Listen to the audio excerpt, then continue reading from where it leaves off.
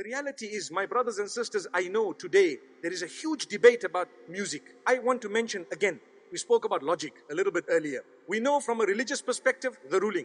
Let's speak about from a logical perspective. Wallahi, now I have done my own little research with non-Muslims. And I have asked religious non-Muslims, I'm talking of Christians and Jews and Hindus, etc., naming top pop stars from the music industry.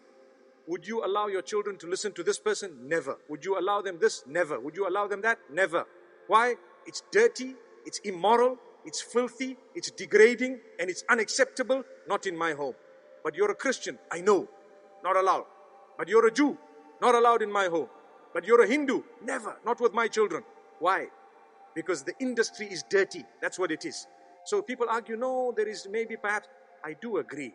Perhaps the duf is permissible within certain limits. Within certain limits. Perhaps if you are singing an Islamic song with beautiful meanings, perhaps within limits, there is a certain permissibility. But here I'm speaking of the musical instruments and the music industry, whereby people start shaking. I don't even know what.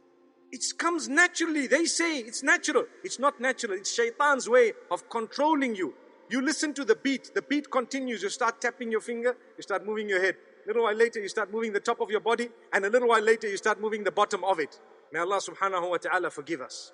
And the words have become so dirty, my brothers and sisters, that it is a sign of the hour. And people say, nothing wrong. My brother, you have a beard that reaches the ground. And you're still bopping. Astaghfirullah. May Allah forgive you and forgive all of us. You cannot do that. You need to be careful. I want to teach you something very, very beautiful.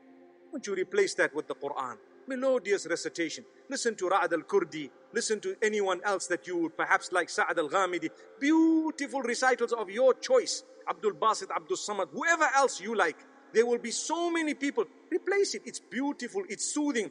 Go onto YouTube and check how the non-Muslims reacted to a survey or a little test, an experiment that was done where they were told to listen to this Quran without knowing it's the Quran and comment about it. Wallahi, now in Europe, the test was done recently and a lot of them say, it's so calm, it's so cool, it's so soothing. I feel spiritual. Go and listen to the answers. It's there live for everyone to see.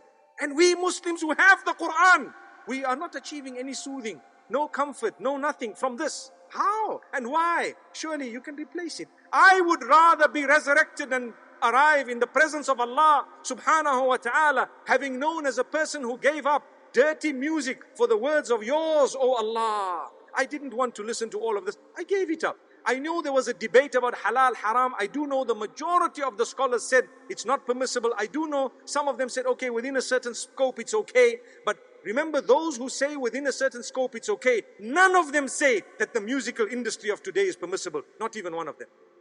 Remember that. I would rather come in front of Allah and be resurrected as a person who just substituted all of this for the Quran. Allahu Akbar.